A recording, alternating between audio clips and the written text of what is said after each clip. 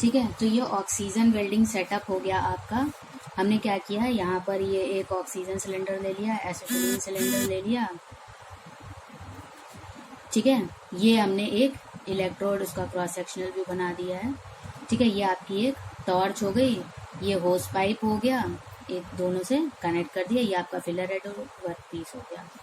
ठीक है, अब क्या होता है इस, क्योंकि ये केमिकल रिएक्शन होगी इसमें, तो इसमें जो केमिकल रिएक्शन है वो 2 चरणों में होती है। ठीक है, ये जो फ्लेम निकल रही है ये 2 चरणों में होती है।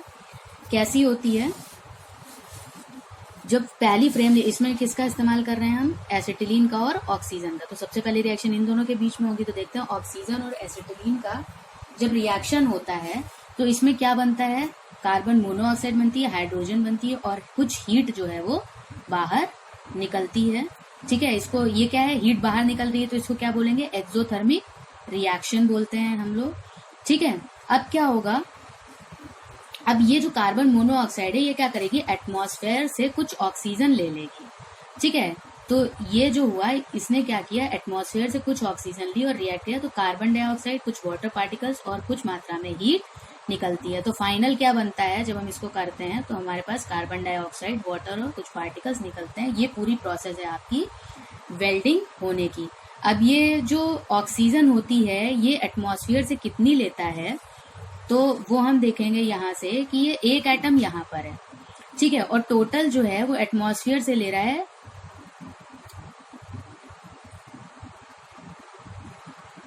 टोटल हमें 2.5 मोल्स की जरूरत होती है रिएक्शन करने के लिए। तो 1 मोल यहाँ पर हो गया, तो यहाँ पर हमें कितने की जरूरत पड़ेगी, सिर्फ 1.5 मोल्स जो है वो लेगा एटमॉस्फेयर से रिएक्शन करने के लिए, और ये रिएक्शन जो है ये पॉसिबल हो जाएगी। ठीक है, अब इसमें देखते हैं कि कितने तरीके की फ्लेम बनती है वहां पर। तो फ्लेम देखते हैं, सबसे पहले हम बात करेंगे न्यूट्रल फ्लेम की। जो हम ऑक्सीजन एसिटिलीन का मिक्सचर ले रहे थे वो कैसा होना चाहिए, तो हम क्या करेंगे, दोनों बराबर रेशियो में लेंगे। ठीक है, तो जब इसकी फ्लेम बनेगी, ये आपकी वेल्डिंग टॉर्च हो गई, ये ऐसे 2 लेयर में बनती है, एक ये इनर कोन बोलेंगे इसको और एक ये आउटर कोन। ठीक है, इनर कोन जो होती है वो ब्राइट व्हाइट कलर में होती है और ये जो आउटर कोन होती है ये ब्लू कलर की होती है। तो ये जो इनर कोन होती है यहाँ पर, इसका मेन टेम्परेचर जो होता है, ये कलर याद रखेंगे आप, ब्राइट व्हाइट कलर। ठीक है, इनर कोर का टेम्परेचर होता है यहाँ पर 3200 डिग्री सेल्सियस के आसपास, और आउटर कोन का होता है आराम से 1275 डिग्री के आसपास के लगभग होती है, और ये ब्लू कलर में। तो वेल्डिंग के लिए हम लोग किसका इस्तेमाल करते हैं, यहाँ पर इनर कोन का इस्तेमाल किया जाता है वेल्डिंग करने के लिए। ठीक है, इस्तेमाल इसका कहाँ पर होता है, न्यूट्रल फ्लेम का जनरली हर तरीके के स्टील में, high carbon steel, low carbon steel, cast iron, mild steel, सारे जगहों पर जनरल पर्पस इस्तेमाल की जाती है, क्योंकि जाहिर सी बात है रेशियो मेंटेन करना यहाँ पर जरूरी नहीं होता है। ठीक है, इसके अलावा क्या होता है, जब कभी फ्लेम हार्डनिंग करनी होती है या स्टील वगैरह, क्योंकि स्टील का जो मेल्टिंग पॉइंट होता है वो आपका होता है 1459 डिग्री सेल्सियस। ठीक है, इस वजह से सरफेस हार्डनिंग वगैरह के लिए भी इसका इस्तेमाल किया जाता है, क्योंकि इसके आउटर फ्लेम का अगर इस्तेमाल करेंगे, क्योंकि आउटर फ्लेम का टेम्परेचर जो है वो कम होता है और इसका टेम्परेचर जो है वो ज्यादा होता है, तो हार्डनिंग के लिए इस्तेमाल किया जा सकता है। अगर इसकी हार्डनिंग में अगर हमने आउटर को इनर कोन का इस्तेमाल कर लिया तो क्या होगा, वो पूरा मेल्ट हो जाएगा, नहीं हो पाएगा। ठीक है, तो फ्लेम हार्डनिंग या सरफेस हार्डनिंग के लिए आउटर कोन का इस्तेमाल करते हैं हम लोग माइल्ड स्टील में। ठीक है, इसके अलावा अब हम बात करते हैं, इसका इस्तेमाल सबसे ज्यादा इसलिए भी किया जाता है क्योंकि ऑक्सीडाइज नहीं हो पाता है मेटल। ठीक है, अब क्या करते हैं, ऑक्सीडाइजिंग फ्लेम। ऑक्सीडाइजिंग फ्लेम नाम से पता चल रहा है ऑक्सीजन ज्यादा होनी चाहिए यहाँ पर, तो यहाँ पर हम क्या करते हैं, ऑक्सीजन का 2 हिस्सा और एसिटिलीन का 1 हिस्से का इस्तेमाल किया जाता है। तो इसमें जब आप फ्लेम देखोगे तो जो इनर कोन है ना, ये बहुत छोटी बनती है, कुछ ऐसी ऐसे ट्रायंगुलर सी, और आउटर जो एनवेलप होता है, क्योंकि ऑक्सीजन की मात्रा बहुत ज्यादा है तो ये ऐसे इरेगुलर सा होता है। ठीक है, और इसका टेम्परेचर लगभग 3300 डिग्री सेल्सियस के करीब होता है, और इनर कोन का इस्तेमाल किसी ज्यादा पर्पस के लिए नहीं हो पाता है क्योंकि ये बहुत छोटी है। तो इसका इस्तेमाल हम लोग जनरली करते हैं अपना कॉपर हो गया, ब्रास, ब्रॉन्ज, जिंक। ठीक है, वो उन सारी चीजों के लिए जहां पर स्टील नहीं स्टील ना हो उसके अलावा आप किसी भी चीज में इस फ्लेम का इस्तेमाल करते हैं वेल्डिंग करने के लिए। अगला है कार्बोराइजिंग फ्लेम, या इसको हम रिड्यूसिंग फ्लेम भी बोलते हैं। कार्बोराइजिंग तो इसमें क्या होगा, कार्बन की मात्रा ज्यादा होगी तो 1:2 रेशियो ले लेते हैं, ठीक है। तो इसमें क्या होता है, इसमें देखेंगे हम लोग फ्लेम कैसी बनती है। तो ये इनर कोन हो गई आपकी, ये एक एसिटिलीन फेदर बनता है, एसिटिलीन होने की वजह से लगभग रेड कलर का होता है ये वाला एरिया, और फिर ये होता है आउटर एनवलप, ठीक है। तो एसिटिलीन फेदर जो होता है रेड कलर का होता है क्योंकि कार्बन एटम के जलने की वजह से ये क्या होता है बीच में बन जाता है, बाकी इसका कोई मतलब नहीं है। इनर कोन जो होता है वो 2900 डिग्री सेल्सियस के आसपास होता है, और आउटर कोन जो होता है वो 31 डिग्री सेल्सियस के आसपास होता है। ये जो एसिटिलीन फेदर है इसका कलर याद रखेंगे क्या होता है, रेड कलर का होता है, और ये जो बाहर वाला है आउटर एनवलप ये आपका कैसा होता है, लाइट ऑरेंज कलर का, ठीक है। इस्तेमाल इसका करते हैं निकेल बेस्ड अलॉयज में और कुछ कास्ट आयरन्स में, हाई कार्बन स्टील्स आदि की वेल्डिंग करने के लिए इसका इस्तेमाल किया जाता है। अब देखते हैं किस तरीके की वेल्डिंग टेक्निक्स का हम लोग प्रयोग करते हैं गैस वेल्डिंग में, ठीक है। तो बेसिक टेक्निक्स हैं, एक होती है लेफ्टवर्ड टेक्निक, ठीक है, और दूसरी राइटवर्ड टेक्निक।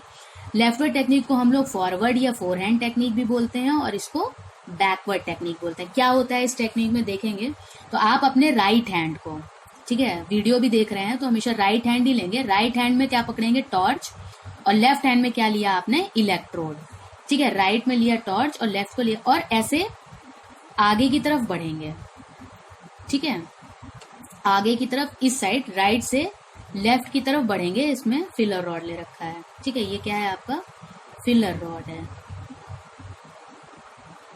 इधर की तरफ बढ़ेंगे तो जब आप इधर से इधर की तरफ, ये टॉर्च है और ये इलेक्ट्रोड है, जो इधर से इधर की तरफ वेल्डिंग कर रहे हैं आप, तो आप देखें इधर से वेल्डिंग होता हुआ आ रहा है मटेरियल, ठीक है, ये वेल्डिंग होता हुआ आ रहा है मटेरियल और आगे वेल्ड होगा, ठीक है। तो इसमें क्या होता है, टॉर्च जो है वो हम कहाँ रहेगी, आपकी पीछे रहेगी, और इलेक्ट्रोड जो रहता है वो आगे रहता है, टॉर्च के आगे रहता है। एंगल देख लेते हैं, टॉर्च को 60 से 70 डिग्री ये वर्कपीस के ऊपर से लग के रखते हैं, और इलेक्ट्रोड जो है उसका वर्कपीस से एक्सेस से अगर हम देखें तो करीब 35 से 45 डिग्री के बीच में एंगल रहता है, ठीक है। तो अब इसमें ये जो कोन है, ये फ्लेम है, आप देख रहे हो, तो ये फ्लेम है और ये है इनर कोन जिससे वेल्डिंग हो रही है।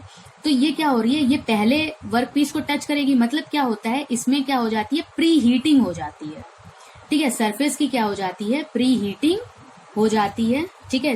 अब प्री हीटिंग हो जाएगी सरफेस की तो क्या होगा, तो इसमें जो भी स्ट्रेस डेवलप हो रहा होगा, ठीक है, जो भी तनाव डेवलप हो रहा होगा वो सब क्या होगा, रिड्यूस हो जाएगा, और मेटल जो है वो इजिली वेल्ड होने लगेगा, ठीक है। तो टेम्परेचर डिफरेंस जो है वो कम हो जाएगा, ठीक है, और प्री हीटिंग हो जाएगी जिससे कारण क्या होगा, क्रैक्स भी जो है वो नहीं बनेंगे। अच्छा, दूसरा क्या है, इधर से इधर की ओर जा रहे हैं तो एक तरीके से आगे बढ़ रहे हैं, एक तरीके से आगे बढ़ रहे हैं, इस वजह से ही हम इसे क्या बोलते हैं, फॉरवर्ड वेल्डिंग भी बोलते हैं। अब बैकवर्ड टेक्निक की तरफ आते हैं। बैकवर्ड टेक्निक या राइटवर्ड टेक्निक में पोजीशन सेम यही रखनी है आपको। इलेक्ट्रोड, ये आपका इलेक्ट्रोड हो गया, ये फिलर रॉड है मान लीजिए। तो अभी क्या करना है, हम क्या जा रहे थे, राइट से लेफ्ट जा रहे थे, अब क्या करना है, लेफ्ट से राइट की तरफ, इस तरफ जाना है। ये मूवमेंट जो है ये इस तरफ की ओर होगा, ठीक है। तो जब आप इधर की तरफ जाओगे और मेटल जो है वो आपका इधर से वेल्ड होता हुआ आएगा, मतलब इधर वेल्ड होगा, तो और ये जो फ्लेम है आपकी, ये वेल्ड को ही क्या करेगी, गर्म करती हुई आ रही है, मतलब प्री हीटिंग तो पॉसिबल ही नहीं है, ठीक है, प्री हीटिंग तो पॉसिबल ही नहीं है। और एंगल देख लेते हैं, ज्यादा कुछ इलेक्ट्रोड पे तो असर नहीं पड़ता है, फिलर रॉड पे तो कुछ असर नहीं पड़ता है, इलेक्ट्रोड बस 40 से 45 डिग्री के लगभग थोड़ा सा बेंड रहता है, ठीक है। अब क्या होगा, सरफेस तो प्री हीट हुई नहीं, सरफेस प्री हीट नहीं हुई है, तो आउटर फ्लेम, इस वजह से यहाँ पर क्या होता है, स्ट्रेस होने के चांसेस जो होते हैं वो बहुत ज्यादा हो जाते हैं, ठीक है। इसमें एक जनरली क्वेश्चन पूछ लेते हैं कि कास्ट आयरन के लिए हम लोग क्यों नहीं लेफ्टवर्ड टेक्निक का इस्तेमाल करते हैं, तो है वैसे तो मटेरियल को देख के ही करते हैं। तो कास्ट आयरन के लिए जनरली हम लोग जो है वो लेफ्टवर्ड टेक्निक का ही यूज करते हैं, राइटवर्ड का नहीं करते हैं, क्योंकि इसमें क्या होता है, मटेरियल बाद में पहले प्री हीट होगा, फिर उसके बाद वो जमेगा, तो क्या होता है, जब दोबारा से वो रीहीट होगा तो कास्ट आयरन में जो कार्बन कंटेंट होता है वो क्या कर लेता है, कार्बाइड फॉर्म कर लेता है, जिससे कि अब कार्बाइड फॉर्म करेगा, कार्बाइड जब गलने के बाद फॉर्म कर लेगा तो वो क्या हो जाता है, हार्ड और ब्रिटल हो जाता है। ठीक है, हार्ड और ब्रिटल हो जाता है, जिससे कि क्रैक जो है वो बढ़ जाता है। ठीक है, उसकी पॉसिबिलिटी जो होती है क्रैक्स पड़ने की बहुत ज्यादा हो जाती है। तो इस क्रैक ना हो, इस चीज को बचाने के लिए हमें उसे प्री हीट करना बहुत जरूरी हो जाता है। इसलिए सीआई के लिए जनरली हम लोग कौन सा मेथड इस्तेमाल करते हैं, फॉरवर्ड मेथड का ही ज्यादातर इस्तेमाल किया जाता है, राइटवर्ड का इस्तेमाल नहीं करते हैं। ठीक है, एक और चीज हम लोग ध्यान देंगे एसिटिलीन सिलेंडर के लिए कि एसिटिलीन सिलेंडर में जो है वो 3 टाइप्स ऑफ वॉल्व्स का इस्तेमाल किया जाता है। बस एक जनरल नॉलेज के लिए, सिलेंडर वॉल्व होती है, रेगुलेटिंग वॉल्व या टॉर्च वॉल्व, इन तीनों का प्रयोग जो है होता है वो एसिटिलीन सिलेंडर के लिए किया जाता है। बाकी आप लोग रिवाइज करेंगे, क्वेश्चन आंसर्स आपकी एक्सरसाइज में है उसको करेंगे। ठीक है, ये आपकी एक रिवीजन क्लास के तरीके से लेंगे इसको।